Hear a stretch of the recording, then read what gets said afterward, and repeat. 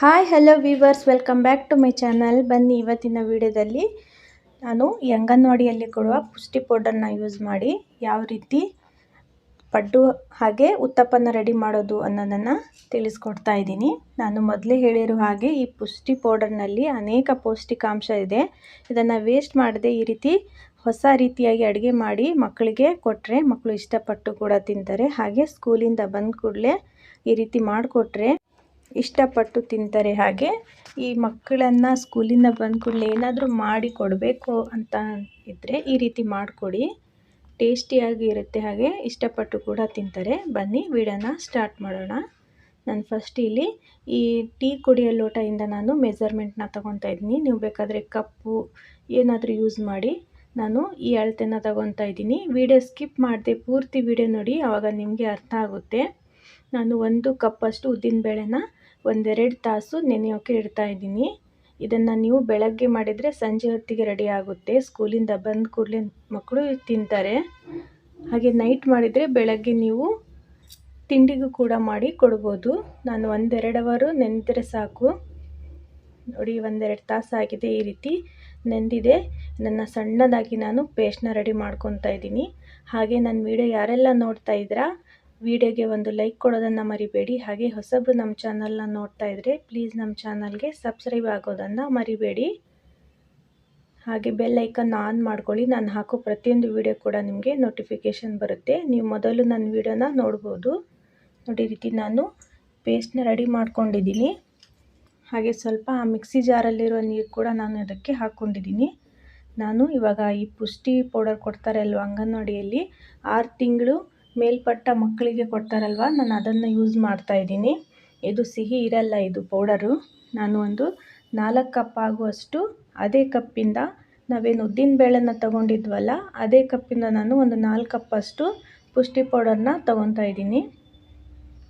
ಹಾಗೆ ನಮ್ಮ ವಿಡಿಯೋ ನಿಮ್ಗೆ ಹೇಗೆ ಅನ್ನಿಸ್ತು ಅನ್ನೋದನ್ನು ಕಾಮೆಂಟ್ನಲ್ಲಿ ಹಾಕೋದನ್ನು ಮರಿಬೇಡಿ. ನಿಮ್ಗೆ ಏನೇ ಡೌಟ್ ಇದ್ದರೂ ನೀವು ಕಾಮೆಂಟ್ನಲ್ಲಿ ಹಾಕ್ಬೋದು. ಬನ್ನಿ, ಇವಾಗ ಈ ಉದ್ದಿನಬೇಳೆ ಪೇಸ್ಟ್ ಏನು ಮಾಡ್ಕೊಂಡಿದ್ವಲ್ಲ ಅದಕ್ಕೆ ಈ ಹಿಟ್ಟನ್ನ ಸೇರಿಸಿ ಚೆನ್ನಾಗಿ ಗಂಟುಗಳಿಲ್ಲದೆ ಇರೋ ಥರ ಈ ರೀತಿ ಮಿಕ್ಸ್ ಮಾಡ್ಕೊಳ್ಳಿ. ನೀವು ಪಡ್ಡು ಮಾಡಬೇಕಪ್ಪ ಅಂದರೆ ಪಡ್ಡಿನ ಹದಕ್ಕೆ ಕಲಿಸ್ಕೋಬೋದು. ದೋಸೆ ಮಾಡಬೇಕಪ್ಪ ಅಂತ ಇದ್ದರೆ ದೋಸೆ ಹದಕ್ಕೂ ಕೂಡ ನೀವು ಕಲಿಸ್ಕೋಬೋದು. ನಾನಿಲ್ಲಿ ಪಡ್ಡು ಮಾಡ್ತಾಯಿದ್ದೀನಿ. ಸ್ವಲ್ಪ ಅಡುಗೆ ಸೋಡಾನ ಹಾಕ್ಕೊತಾ ಇದ್ದೀನಿ. ಹಾಗೆ ಸ್ವಲ್ಪನೇ ನೀರು ಹಾಕ್ತಾ ನಾವು ಈ ಪಡ್ಡುಗೆ ರೆಡಿ ಮಾಡಬೇಕಪ್ಪ ಅಂತಂದರೆ ಸ್ವಲ್ಪ ಗಟ್ಟಿಯಾಗಿ ಇರಬೇಕು ಹಿಟ್ಟು. ಸ್ವಲ್ಪ ನೀರನ್ನ ಹಾಕ್ತಾ ನಾನು ಈ ರೀತಿ ತಿರುಗಿಸ್ತಾ ಪಡ್ಡಿನ ಹದಕ್ಕೆ ನಾನು ಹಿಟ್ಟನ್ನ ಕಲಿಸ್ಕೊತಾ ಇದ್ದೀನಿ. ನಿಮ್ಮ ಹತ್ರ ಈ ಅಂಗನವಾಡಿ ಪುಷ್ಟಿ ಪೌಡರ್ ಇದ್ದರೆ ಈ ರೀತಿ ಒಮ್ಮೆ ಟ್ರೈ ಮಾಡಿ ನೋಡಿ, ತುಂಬಾ ರುಚಿಯಾಗಿ ಬರುತ್ತವೆ ಪಡ್ಡು.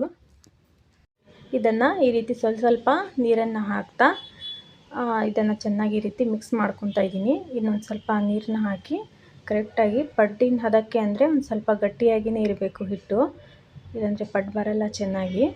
ಇವಾಗ ನೋಡಿ ಕರೆಕ್ಟಾಗಿದೆ, ಇಷ್ಟಿದ್ರೆ ಸಾಕು. ನೋಡಿ ಯಾವ ರೀತಿ ಇದೆ ಅಂತ. ಈ ಹದಕ್ಕೆ ನಾವು ಕಲಿಸ್ಕೊಂಡ್ರೆ ಪಡ್ಡು ಚೆನ್ನಾಗಿ ಬರುತ್ತೆ ಉಬ್ಬಿ. ಬನ್ನಿ, ಇದನ್ನು ನಾವು ಏನು ಇಲ್ಲಪ್ಪ ಅಂತ ಅಂದರೂ ಒಂದು 6-7 ತಾಸು ಇದನ್ನು ಸ್ವಲ್ಪ ಹೊತ್ತು ನೆನೆಯೋಕ್ಕೆ ಬಿಡಬೇಕು. ಬನ್ನಿ, ಇವಾಗ 6-7 ತಾಸು ಆಗಿದೆ. ನೋಡಿ, ಈ ರೀತಿ ನೊರೆಯಾಗಿ ಈ ರೀತಿ ಬಂದಿದೆ ಹಿಟ್ಟು. ಇದಕ್ಕೆ ನಾವು ಒಂದು ಸ್ವಲ್ಪ ರುಚಿಗೆ ತಕ್ಕಷ್ಟು ಉಪ್ಪನ್ನು ಹಾಕಿ ಚೆನ್ನಾಗಿ ಮಿಕ್ಸ್ ಮಾಡ್ಕೊಳ್ಳೋಣ. ಈ ಟೈಮಲ್ಲಿ ನೀವು ಈ ಕ್ಯಾರೆಟ್ ತುರಿ ಇದ್ದರೆ ಕ್ಯಾರೆಟ್ ಕೂಡ ನೀವು ಇದಕ್ಕೆ ಮಿಕ್ಸ್ ಮಾಡ್ಕೊಂಡ್ರೆ ತುಂಬಾ ಚೆನ್ನಾಗಿ ಬರುತ್ತೆ. ನಾನು ಒಂದು ಸ್ವಲ್ಪ ಉಪ್ಪನ್ನು ಹಾಕಿ ಚೆನ್ನಾಗಿ ಮಿಕ್ಸ್ ಮಾಡ್ಕೊತಾ ಇದ್ದೀನಿ. ನೀವು ಬೆಳಗ್ಗೆ ಟೈಮಲ್ಲಿ ಇದನ್ನು ಈ ರೀತಿ ರೆಡಿ ಮಾಡಿ ಇಟ್ಟರೆ ಸಂಜೆ ಅಷ್ಟರಲ್ಲಿ ನಾವು ಪಡ್ಡನ್ನು ಮಕ್ಕಳಿಗೆ ಸ್ಕೂಲಿಂದ ಬಂದ ಕೂಡಲೇ ನಾವು ಕೊಡ್ಬೋದು. ನಾನು ಸ್ವಲ್ಪ ಖಾರಕ್ಕೆ ಮೆಣಸಿನ್ಕಾಯಿನ ಹಾಕ್ಕೊತಾ ಇದ್ದೀನಿ. ಹಾಗೆ ಒಂದು ಸ್ವಲ್ಪ ಕರಿಬೇವು, ಹಾಗೆ ಸಣ್ಣದಾಗಿ ಆದಷ್ಟು ಈ ಸಣ್ಣದಾಗಿ ನಾವು ಈರುಳ್ಳಿನ ಕಟ್ ಮಾಡ್ಕೊಂಡು ಈ ರೀತಿ ಮಿಕ್ಸ್ ಮಾಡ್ಕೊತಾ ಇದ್ದೀನಿ ಚೆನ್ನಾಗಿ. ನಾನು 1-2 ಈರುಳ್ಳಿನ ಸಣ್ಣದಾಗಿ ಕಟ್ ಮಾಡಿಕೊಂಡು ಹಾಕ್ಕೊಂಡಿದ್ದೀನಿ. ಸಣ್ಣದಾಗಿ ಈರುಳ್ಳಿ ಕಟ್ ಮಾಡಿಕೊಂಡ್ರೆ ತುಂಬಾ ಚೆನ್ನಾಗಿ ಬರುತ್ತೆ. ಈ ರೀತಿ ಮಿಕ್ಸ್ ಮಾಡ್ಕೊಂಡ್ಬಿಟ್ಟು ಬನ್ನಿ, ಇವಾಗ ನಾನು ಪಡ್ಡನ್ನ ಮಾಡ್ತಾಯಿದ್ದೀನಿ. ತುಂಬಾ ಕ್ರಿಸ್ಪಿಯಾಗಿ ತುಂಬಾ ಚೆನ್ನಾಗಿ ಬರುತ್ತೆ ಪಡ್ಡು.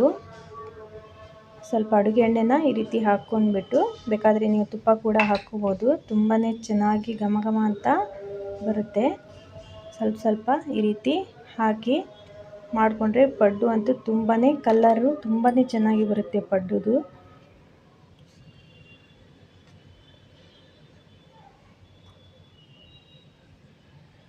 ಇದರ ಜೊತೆ ಚಟ್ನಿ ಕೂಡ ನೀವು ರೆಡಿ ಮಾಡಿಕೊಂಡ್ರೆ ತುಂಬಾ ಚೆನ್ನಾಗಿ ಟೇಸ್ಟ್ ಅಂತೂ ತುಂಬಾ ಚೆನ್ನಾಗಿ ಬರುತ್ತೆ. ಈ ಪುಷ್ಟಿ ಹಿಟ್ಟನ್ನ ಈ ರೀತಿ ನಾವು ವಿಧವಾಗಿ ಅಡುಗೆನ ಮಾಡಿದರೆ ಮಕ್ಕಳು ಕೂಡ ಇಷ್ಟಪಟ್ಟು ತಿಂತಾರೆ. ನೋಡಿ ಈ ರೀತಿ ಯಾವ ರೀತಿ ಕಲರ್ ಬಂದಿದೆ ಅಂತ ಪಡ್ಡು. ನಾನಿವಾಗ ಅದೇ ಹಿಟ್ಟಿನಿಂದ ಉತ್ತಪ್ಪನ ಹಾಕ್ಕೊತಾ ಇದ್ದೀನಿ. ಉತ್ತಪ್ಪನೂ ಕೂಡ ಅಷ್ಟೇ ನೋಡಿ ಈ ರೀತಿ ನೋಡಿದ್ರೇ ನಿಮಗೆ ಗೊತ್ತಾಗುತ್ತೆ ಯಾವ ರೀತಿ ಉತ್ತಪ್ಪ ಬರುತ್ತೆ ಅಂತ. ತುಂಬಾ ಚೆನ್ನಾಗಿ ಬರುತ್ತೆ. ಸ್ಮೆಲ್ಲು ಕೂಡ ತುಂಬಾ ಚೆನ್ನಾಗಿ ಬರುತ್ತೆ. ಇದು ಹಾಕಿದ ಕೂಡಲೇ ಈ ನಾರ್ಮಲ್ ದೋಸೆಗಿಂತ ಈ ದೋಸೆ ತುಂಬಾ ಚೆನ್ನಾಗಿ ಮಕ್ಕಳು ತಿಂತಾರೆ.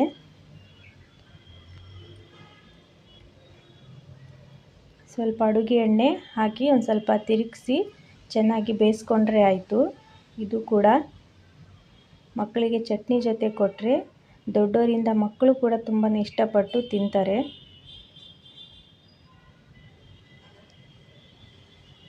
ಹಾಗೆ ನಮ್ಮ ವಿಡಿಯೋ ನಿಮ್ಗೆ ಹೇಗೆ ಅನ್ನಿಸ್ತು ಅನ್ನೋದನ್ನು ಕಾಮೆಂಟ್ನಲ್ಲಿ ಹಾಕಿ. ನಿಮಗೇನೇ ಡೌಟ್ ಇದ್ದರೂ ಕೂಡ ನಾನು ಕಾಮೆಂಟ್ನಲ್ಲಿ ರಿಪ್ಲೈ ಮಾಡ್ತೇನೆ. ನಾನು ಮತ್ತೆ ಮುಂದೆ ಹೊಸ ವಿಡಿಯೋದೊಂದಿಗೆ ಭೇಟಿ ಆಗ್ತೇನೆ. ವಿಡಿಯೋ ನೋಡಿದ್ದಕ್ಕಾಗಿ ಧನ್ಯವಾದಗಳು. ಹಾಗೆ ಯಾರೆಲ್ಲ ವಿಡಿಯೋಗೆ ಲೈಕ್ ಕೊಟ್ಟಿಲ್ಲ ಲೈಕ್ ಕೊಡಿ. ಹಾಗೆ ನಿಮಗೆ ವಿಡಿಯೋ ಇಷ್ಟ ಆದರೆ ಫ್ಯಾಮಿಲಿ ಫ್ರೆಂಡ್ಸ್ ಜೊತೆ ಶೇರ್ ಮಾಡಿ. ವಿಡಿಯೋ ನೋಡಿದ್ದಕ್ಕಾಗಿ ಧನ್ಯವಾದಗಳು. Thanks for watching.